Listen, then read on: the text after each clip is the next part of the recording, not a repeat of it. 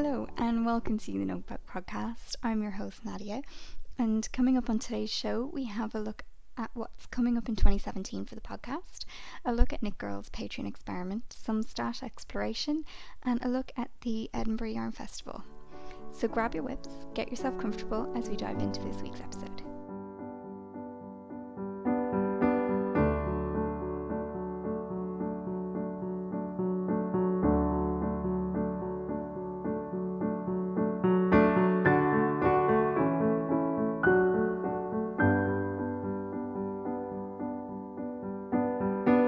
Hello to all of you new and returning listeners, and if this is your first time here, come on in, settle down and join the group, have a little bit of a nosy on Ravelry and Facebook.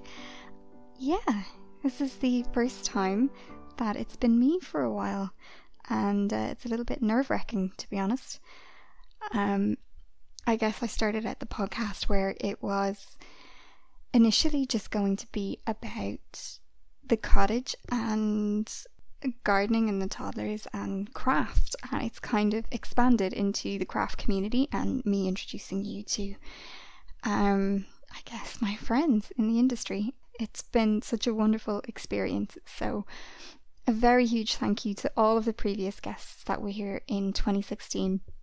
Every last one of you were amazing, and there has been so much fun and laughter surrounding the podcast with the recordings that it's just been a joy to talk to all of you, and I want to, I guess, do follow-up interviews with all of you because you're just so wonderful.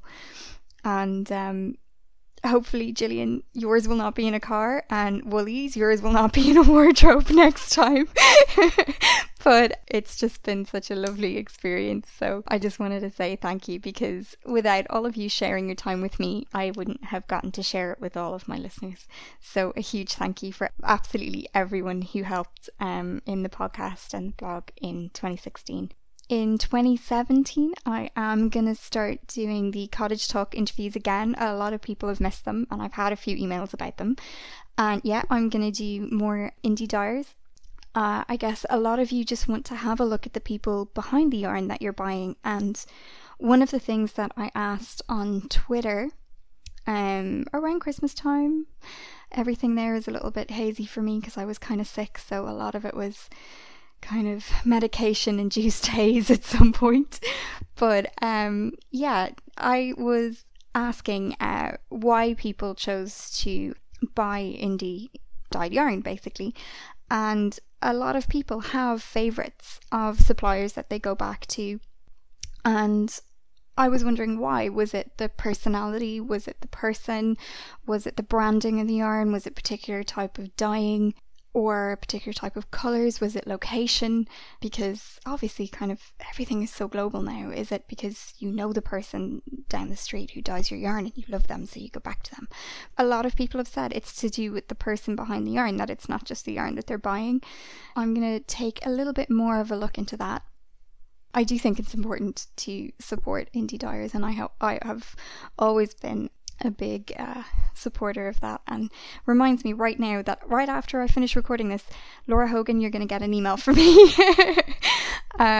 So more from that on Cottage Talks. And from the podcast itself, as I said originally, the podcast was about gardening and craft, and yeah, the garden's sleeping. It's winter, so a lot at the moment it's cleaning up, and a lot of what was growing on my windowsills when I got sick, they pretty much died, because that was the entire month of December. That was basically either neglect or sickness, and that went right across the board. My bunnies, my fish, everything got sick. It was like everything hit at once. So yeah, the garden will be back. I'm really looking forward to March. There are some absolutely wonderful interviews that I want to share with you from people that I really admire in the industry. Really looking forward to that. So mark your diaries for March, for the start of the growing season. And what you can be doing right now in the garden is planning. So January last year and February last year is when I started the square foot planting, which if you go all the way back to episode 1 in the podcast, which is really not that far since this is episode 7, if you go back there, you will see that I talk a little bit about how we set up the square foot garden and how we went about planning in that. An earlier blog post in January, which I will link to in the show notes, has a link to one of the Growmatics, which is from quickcrop.ie, and it's kind of a drag and drop web browser application that allows you to plan in advance what you're going to grow and what grows together, what doesn't, and then if you plant it in a particular month when you can harvest it. So it kind of takes the guessing out of planting if you haven't done that before. That would be one thing. Hop back and have a look at that post. And what I'm doing is all the boring things that kids aren't interested in. It's seed planning and deciding what worked last year and what didn't. That's kind of happened once after I read a blog post from Fiona Grows Food on parsnips, and if you haven't seen it, I'm going to link to that in the post as well, because oh my word, there was a parsnip the length of her arm, and I think that was on Twitter, not sure it was in the post, but I'm going to link to that because it's the biggest parsnip I have ever seen. And I really want to know if that was a variety called Gladiator, so I need to look that up. But yeah, that's what's happening at the moment. So everything kind of went a lot more craft orientated because they are the people that I know and I talk to quite regularly. So naturally that's where I was comfortable. But as of from March, there will be a lot more happening in the garden and you will see a lot more from me, and the YouTube channel will be a little bit more active then too, because it will be easier to show you what's happening in the garden than me trying to describe it on an audio podcast. And the other exciting thing, I guess, in the growing section that is happening at the moment is Bloom's Facebook page. Bloom in the Park, their Facebook page has just started being active again. Yes, I did notice, girls. It is happening in and around June. I think it's normally the June bank holiday. I could stand to be corrected in the comments of this podcast. It's always a lot of fun. I love meeting new vendors, and I specifically go for the planting in the square foot. That's a lie. I go to see the show gardens, and I like to see them from a few different viewpoints as well. So I will be looking forward to that this year because I'm gonna go and I'm gonna bring the podcast. I know. So hopefully that's gonna be exciting too. Even if I don't go officially, I'm gonna go and I'm gonna do some recording there. So we'll see how that goes too. And I guess that brings me to the craft section, and one of the things that I wanted to talk about was to welcome the newest members to the Ravelry group, because I have been a terrible host. The Ravelry group has been a bit dead over Christmas because I couldn't continue the CAL and because I got very sick, which is really not an excuse for anything. I want to say a big hello to the 6 newest members, and they are Crafty Tort, hello, Stripey Cat, hi Gate, Fire Dude's Wife, Gamer Crafting, Angelina, salute you, Tanya Marie, and Knitting and Banger. And a big shout out to Tanya Marie because she managed to find me all by herself. And Tanya Marie is the lovely podcaster behind the Sampler Girl. And if you haven't heard her podcasts, they are lovely, and I'm going to link them in the show notes as well. So a big shout out to her. And the second podcaster that I kind of fell across in one of my Facebook groups, there we go, is the lovely Laura Geeson of Knit, Read, Pray, and you should go check out both of those, and I'm going to put them in the show notes as well. The other podcasters that I've been getting to talk to recently is Jo from Shiny Bees, because she is amazing, all hail Jo, and of course Louise from Knit British, and that is mostly to do with the Edinburgh Yarn Festival. I also wanted to give a big shout out to the people who post regularly to the notebook from IG and Facebook. Specifically Jenny, because I don't think that you have missed one post since I have started the podcast or the Facebook page. So thank you, Jenny, and thank you so much for your advice. It is good to just be me, and I guess that's why people listen, because it's different. And also to Helen and Bear, because Helen, you always keep everything moving from my Facebook group to my Ravelry group. I think you are the one person who's posting in the Edinburgh Yarn Festival so far. So hi Ellen, and Bear, it's always lovely to have your advice. You comment when it's needed, and they're very much appreciated, so thank you very much. The other thing before I get into the info segment, because there's a lot of information in today's show, is that if you want to find out news or behind the scenes information, do sign up to the newsletter. You can do that on www.cottagenotebook.ie and scroll down to the bottom of that page and you will see a link to subscribe. So just click on the quill and you can subscribe to the newsletter there, and you will get all the behind the scenes information from the Edinburgh Yarn Festival, and there will be some info from the podcasts and a kind of quick roundup from the blog posts as well, from the ones that you miss.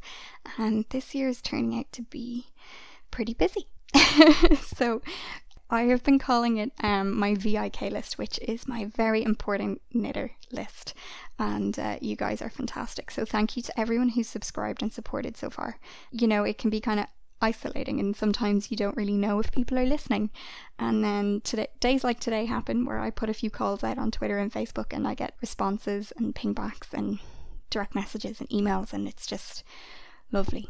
Yeah, I guess one of the best experiences of 2017 so far is I got to write a blog post over with Stolen Stitches. It was a roundup of Carol's Lou and Cal, which if you haven't looked at, you should go do that, because I actually really like that sweater.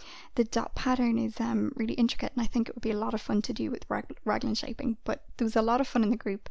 It kind of intimidated me a little bit because there are people there who are steadfast knitters of Carol's, and they've been supporting her this whole time, and I ended up doing a roundup blog post and I got some emails back from them, and one of them made me cry because you were all just so lovely, and that meant a lot to me.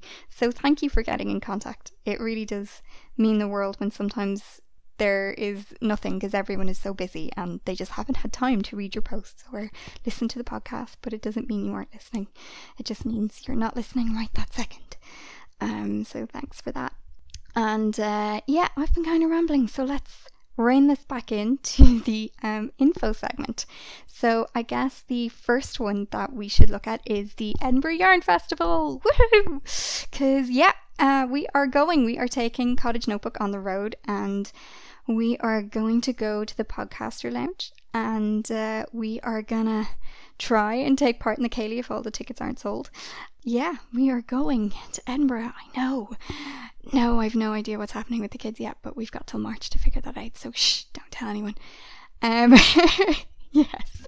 So if you missed the post on the blog about the Edinburgh Yarn Festival, there is a podcast knit-along called a podcast, and it's in conjunction with Blacker Yarns, and they are based in the UK.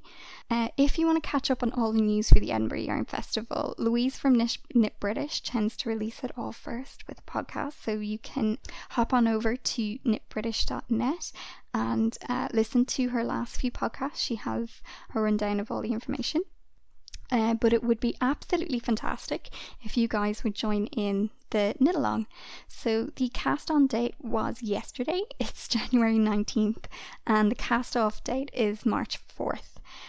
There is loads of time to join in, and we have a Team Ireland, which we post using the hashtag Team IRE, and the other hashtag, which is BlackerPodcal. And I will of course have all of these links in the show notes. You can choose any pattern that you want to knit so that you can show it off at the festival. If you are going to the festival and you would like a discount and to be considered for the draw, the yarn has to be Blacker yarns. You can use stash yarn if you want to join in, but you just won't be entered into the draws or eligible for the discount. You can knit or crochet your project, so I'm kind of incorrect in calling it a cowl all the time. There will be a meetup at Edinburgh Yarn Festival with the date and time to be announced, so do keep in contact. If you are going to the festival and you wear your finished object in 100% Blacker yarns, you will get a discount on the stall as a prize. And for those who cannot make it to the festival, there will be a fear of missing out finished objects, or a FOMO finished object thread, and there will be a random prize draw for that after the festival. So if you want to join us, There will be a link to the team group in the show notes. I'll also link you to the blog post that has all the information for our team in it. It's kind of everywhere. So it's on Instagram. If you do Instagram, it's on Twitter. If you do that, it will be on Facebook if you do that, or you can join in either of the threads on Ravelry. So you can choose just one of those places. That's absolutely fine, but choose the platform that you're most comfortable with and come join the fun. You can choose any pattern at all. If there's something in your queue that you really want to do, then now's the time to join in. And I am going to use the Tamar. I am going to do a shawl pattern. I just haven't decided yet. I'm waiting for my yarn to get here. I ordered it the start of this week, so hopefully it should be here soon. I ordered a really dark purple and a gorgeous undyed shade, so I'm really looking forward to that. You'll hear more about that in the next podcast. So yeah, it would be absolutely wonderful if you could join in that. I would just like the support, because this is the first time that I've run a CAL by myself. Generally I have the support of Diane from the Dublin Knit Collective or Lisa from This Is Knit. It's kind of scary being out here on my own, so don't leave me here. Get in contact and join the CAL. It'd be great. Yeah, so looking forward to Edinburgh. I am going with my husband. I'm going to drag him along because we need a decent photographer so that I can write about it when I come back. And yeah, it needs to be someone who knows how to use a camera properly. So yeah, we're going to bring him. So the next piece of information is I guess what am I doing at the moment? I'm taking part in the Dublin Knit Collective Knit-along, which is a year-long sock knit-along, which is happening over on the private Facebook group, but you can find a link to it in the blog post that I wrote previously. I think it went live on Monday.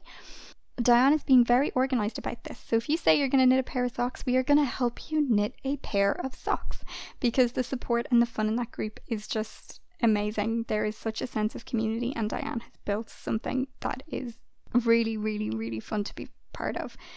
There is everything from toe-up socks, cuff down, any type of sock imaginable. There are people who are going to do 12 pairs of socks in 2017, which I really don't think I could commit to.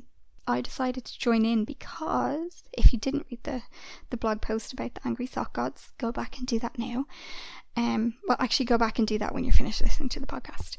But I am knitting plain toe-up socks in Dublin Dye Swing Sock Danger, which is beautiful, and I've been trying to photograph this yarn and I can't. So what I'm going to do is finish the socks and pop them on and get someone else to take a picture.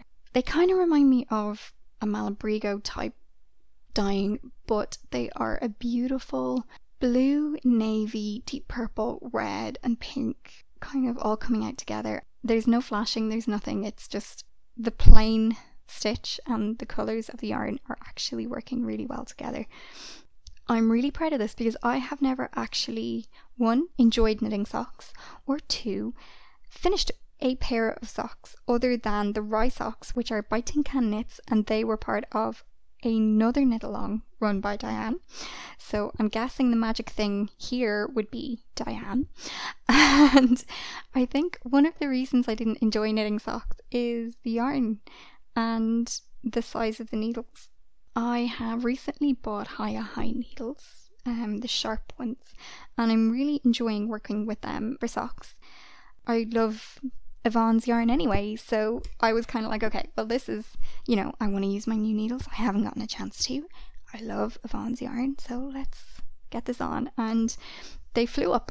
So I'm using the Lifestyle Toe-Up Socks pattern, and it is more of a guide to knitting socks. So I'm kind of hoping that once I've done it a few times with a few different patterns or stitch patterns from Stittionary worked in, that I'm not really going to need a pattern for knitting socks, and I can just kind of work away whenever I want to.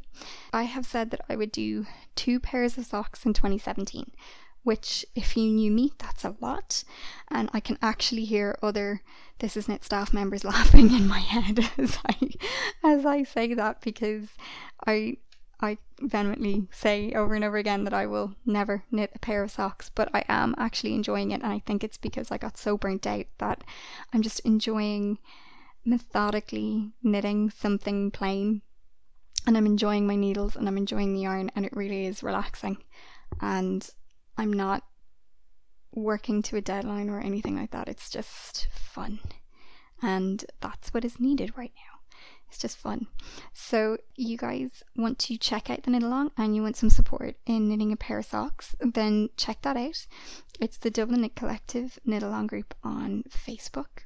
It is a private group. Your request will need to be approved, but prove that you're a knitter. You just need to get in contact with Diane. So I will put the link in the show notes to the podcast. So yeah, that's what's happening over with me at the moment. Other than that, I'm just writing away, which is kind of fun for me.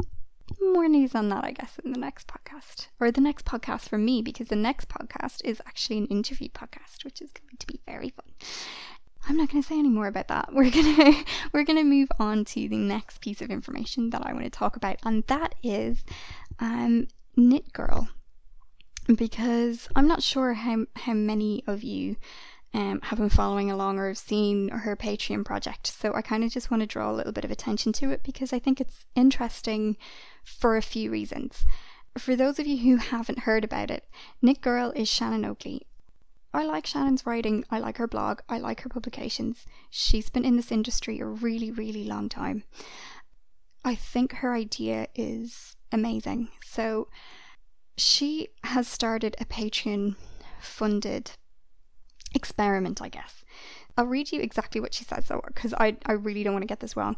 She says, with one foot in both the knit industry and publishing industry for many years, both of which have gone through a large number of changes over the past decade, I've seen a lot of things happening and not all of them are great. Decreasing designer compensation is a problem, and there's a recent fair fibre wage discussion about teacher pay and reimbursements, and then the trickle-down effect on everyone else we rely upon to keep things going, such as sample knitters. From the designer side, it feels as if no one realises how squeezed we are financially on all fronts, and as a consumer, I want to know that the money I spend is going where I think it is. So I would like to try a radical experiment in 2017. We'll release a pattern every single week of the year and document the money side of things from every possible angle. How much does patterns really cost to produce, from the photography, tech editing, sample knitters, etc., and how much we earn from straight up pattern sales on Ravelry, and how much we earn here on Patreon, who got paid and why.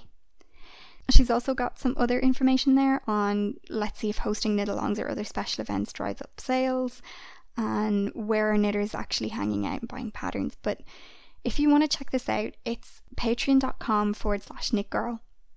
You can also find it out, more information about it on her website, but they are doing a revamp on that soon. It's really interesting for a few reasons. Shannon is the author behind Knitgrrl's Guide to Professional Knitwear Design.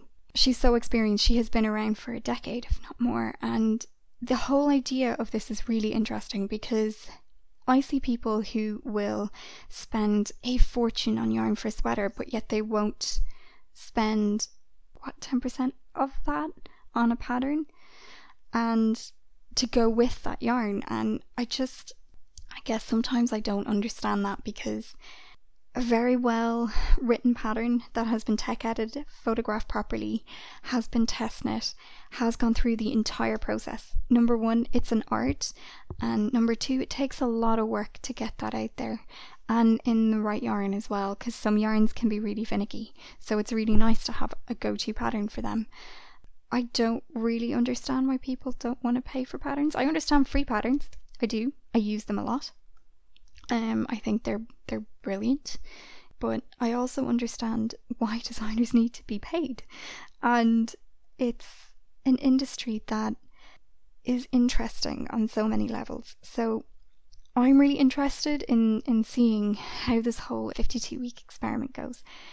I guess from a European point of view, with exchange rates and stuff, it is $4 per pattern, which is $4 a week.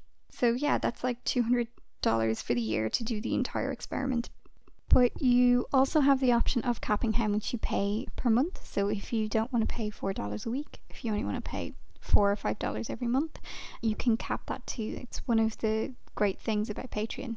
There's also a donate button, which just allows you to donate whatever you want without actually receiving any patterns. This is kind of ongoing, it's being changed as it goes along. it's interesting, and I guess I'm kind of going, from one reason, as a customer, I'm kind of going, oh, $4 a week, and I haven't even seen the patterns, but yet I'm kind of interested in the experiment. But over the course of a year, that seems like a lot of money for patterns that I may or may not use just to join in the experiment. So I really like the idea. I really want to support it. I'm on board for the first while, so let's see how that goes. I agree that we do need to look at things. I don't think that people really understand what designers get out of all of the work that they put in, from the initial inspiration, the idea, the creativity, and the process that they put in, and then how it kind of gets whittled away before the money actually physically gets to them. So this is going to be interesting. I'm going to keep an eye on it. I'm obviously not going to share all of the details with you. I'd love to hear your thoughts on the experiment, actually. So yeah, head on over to www.patreon.com/Knitgrrl. And she is really, really busy. There is loads going on for her that I really admire. But one of the things that she did, which is just fun, is the What Should I Knit Twitter bot.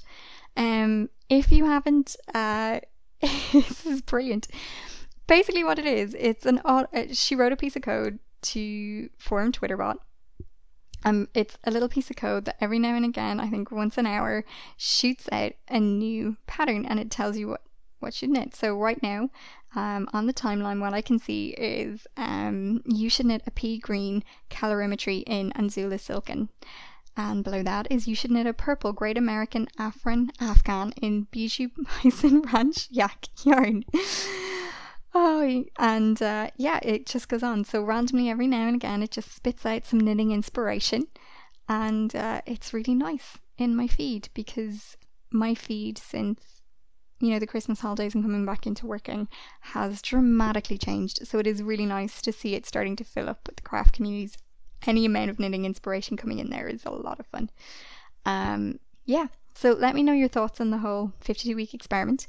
Check out the What Should I Knit Twitter bot. I will add links to both in the show notes. They're wonderful. And while I'm on here, I just want to do a shout out about Woolly Wormhead circular hats, because if you haven't seen the teasing photography that she has been posting on Instagram and Twitter on her new collection, which hasn't actually gone live yet, those circle hats are a work of art. They're beautiful, and I can't wait for that collection to pop out. So if you haven't seen them, pop on over to her Instagram, or pop on over to her blog, where she does a review of 2016, a year in hats, and boy did she release a lot of hat patterns last year. So yeah, hop on over there and have a look, because the photography itself is beautiful, and I love her models. I really do. Okay, so moving on to the next piece of information. Do I need to stop while you count a row? Are you good? Okay. So the next piece of information that I wanted to talk about was Jo from Shiny Bees has a Shiny Bee podcast group, number one, which you're all probably, if you're listening to me, you've probably found her a long time ago, and she has had a podcast release, I think 104, on stash exploration, and Jo's podcasts always make me laugh, and she's had a lot of interesting ones and thought-provoking ones recently, and the stash exploration is something that is true because she's a very unique way of looking at it. So when you're done listening to me, if you haven't heard her stash exploration, go over there and listen to it. So you have a very long list. I really hope you have a pen. I have been moving my stash around a lot, and I opened up 3 boxes recently before having to go into the attic to find something else for another knitter, which really involves my husband going into the attic and giving out about it. One box was Malabrigo Finito, which I love, and I love working with it, and everyone knows how much I love Malabrigo because I go on about it all the time. It's finding the right pattern for it that I often find challenging. I built it up slowly over time, but there is one instance that I remember and Jo has been asking us about the stories behind the yarn, and there is a staff member from This Is Knit that I don't see anymore because she lives in the States. So a big shout out to Alana. I miss you. My trainer of working in Elise, I miss you. And there's one particular packet of finito. I bought myself a packet because I wanted to knit Talif, okay? I needed to reward myself, and I didn't have kids at the time. I will never forget the delivery coming in because I got to unpack it with Alana. She made working so much fun, and she gave me the bag of yarn, and she was kind of going, wait a second, this is all for you. And I was like, yes, this is all for me. And he was like, what are you going to do with it? I was like, I'm going to knit a Talif. Fast forward 5 years, I still have not knit a Talif. Yes, I'm sorry, Carol, and yes, I'm sorry, Alana, I have not knit a Talif. Hands up, I have not been able to get the tension right. And, you know, I had kids in between. There was a wedding, there was a honeymoon, stuff happened.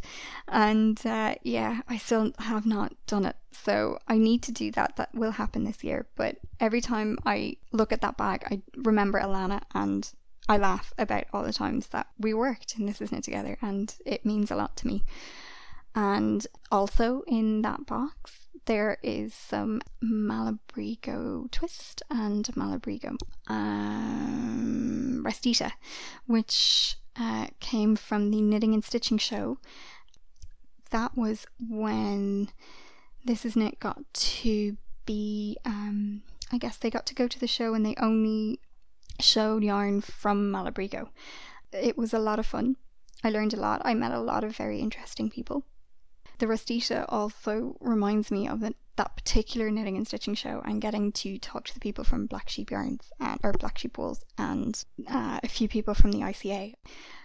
There is some dragonfly fibres, but it's only the end of a ball, because Maria gave me some dragonfly fibres when I was sick. It was purple, turquoise, and it always makes me feel better because I have a shawl in it, and it's true.